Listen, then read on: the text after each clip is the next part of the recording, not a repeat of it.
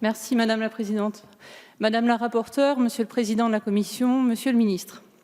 Nombre de rapports ces dernières années se sont penchés sur le statut spécifique du directeur d'école. Le sujet majeur semble pourtant moins l'affaire du statut, alors que nombre de professeurs des écoles restent attachés au principe du primus inter pares, dans une forme d'organisation plutôt peu contestée et qui a prouvé son efficacité, que la question de l'amélioration des conditions de travail des directeurs d'école.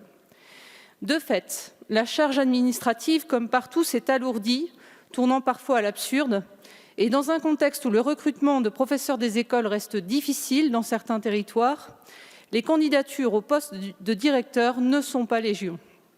Ce sont souvent encore de jeunes recrues qui s'y collent, pas forcément par choix et à l'issue d'une bien courte formation. Il est donc urgent de mieux reconnaître la spécificité de la fonction du directeur d'école et de mieux acter une reconnaissance indispensable au vu des responsabilités importantes qui incombent à ces organisateurs indispensables de la vie de l'école. La proposition de loi proposée par notre collègue a dessiné des perspectives d'amélioration concrètes. Délégation d'autorité académique, création d'un emploi fonctionnel assorti d'un avancement accéléré et d'une meilleure indemnisation, décharge au-delà d'un seuil de 8 classes, fin des contraintes liées aux activités pédagogiques complémentaires qui étaient souvent pratiquées sur la pause méridienne, référence spécifique pour les directeurs d'école au sein des services départementaux, aide de conciergerie ou administrative par convention avec la collectivité et simplification administrative concernant les élections de parents et le fameux PPMS. Le travail en commission a permis d'en améliorer la rédaction, mais aussi de poser des sujets d'interrogation majeurs. Quelle forme concrète doit prendre l'aide administrative ou logistique apportée aux directeurs d'école? Comment asseoir la fonction tout en respectant le vœu des directeurs en place qui ne souhaitent pas tous une mobilité à intervalles réguliers à la façon des directeurs de collège? Peut-on accentuer les décharges, levier efficace pour soulager les directeurs, sans mettre en difficulté les élèves, alors que l'objectif de dédoubler les classes réclame plutôt une présence de première ligne renforcée? Nous l'avons rappelé en commission, outre la voie législative et les améliorations que nous allons voter, il s'agira aussi de définir au niveau des rectorats toutes les améliorations possibles via la simplification des procédures pour que la paperasse empiète beaucoup moins sur le travail de première ligne du directeur d'école, à savoir le lien direct qu'il entretient avec les familles et les élèves auxquels il peut enseigner. Nous serons attentifs au MODEM aussi, aux conclusions de la mission qui doit aboutir à une amélioration du suivi médical des personnels, car il brille jusque-là par son absence.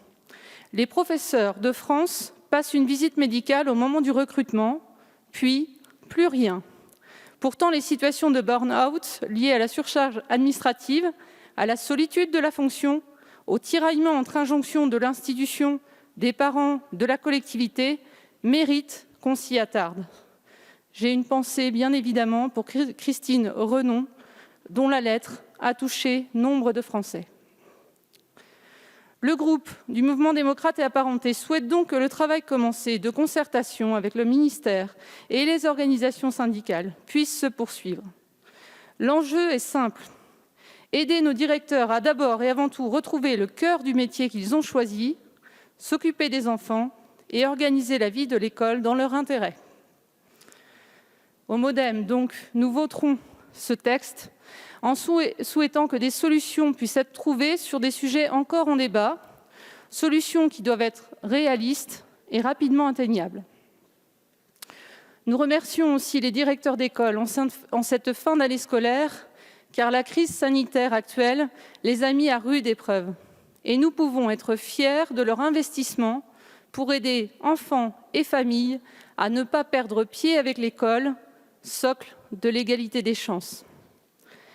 Pour conclure, je terminerai avec les mots d'Albert Camus en son temps, pour les assurer que leurs efforts, leur travail et le cœur généreux qu'ils y mettent sont toujours vivants chez une de leurs petites écolières qui, malgré l'âge, n'a pas cessé d'être leur reconnaissante élève.